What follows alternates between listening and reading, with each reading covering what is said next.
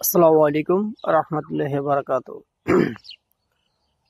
আজকে একটা বিষয় আপনাদের সাথে শেয়ার করতে চাই। গতকালকে আমার এক ছোট ভাই কুমিল্লা ম্যাজিক প্যারাডাইস গেছিল ঘুরতে।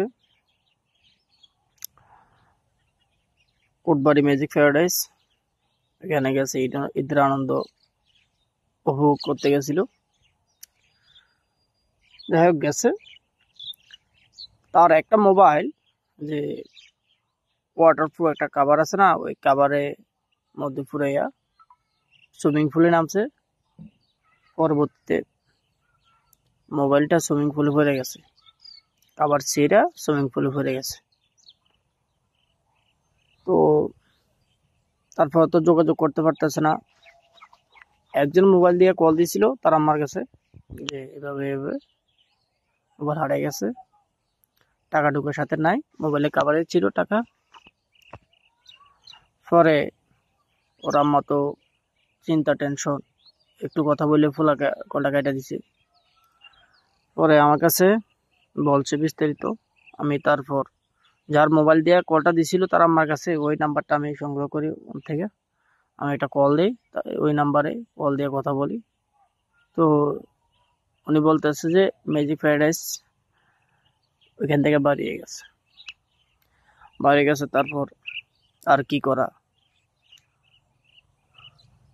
এরপরে আমি সান্ত্বনা দিতে লাগলাম, টেনশন করে না, আমি যাই দেখতেছি কি করা যায়।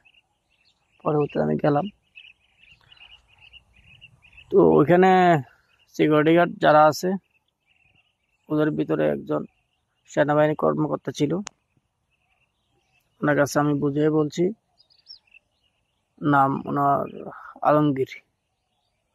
পরে আমাকে ভিতরে ঢুকতে দেয়, আমার সাথে আরেকজন ছিল, দুজন ঢুকলাম। পরে আমি ওকে সুইমিং পুলের সামনে ফাইতে দাঁড়াই আছে, মোবাইলে অপেক্ষা কখন পাবে। অনেকক্ষণ খোঁজাখুঁজি করছে, ওইখানে স্টাফ আছে, স্টাফরা অনেক খোঁজাখুঁজি করছে, না শেষ পর্যন্ত মোবাইল পাওয়া গেল না। তো আপনাদের সবার উদ্দেশ্যে একটাই কথা বলা, যে যদি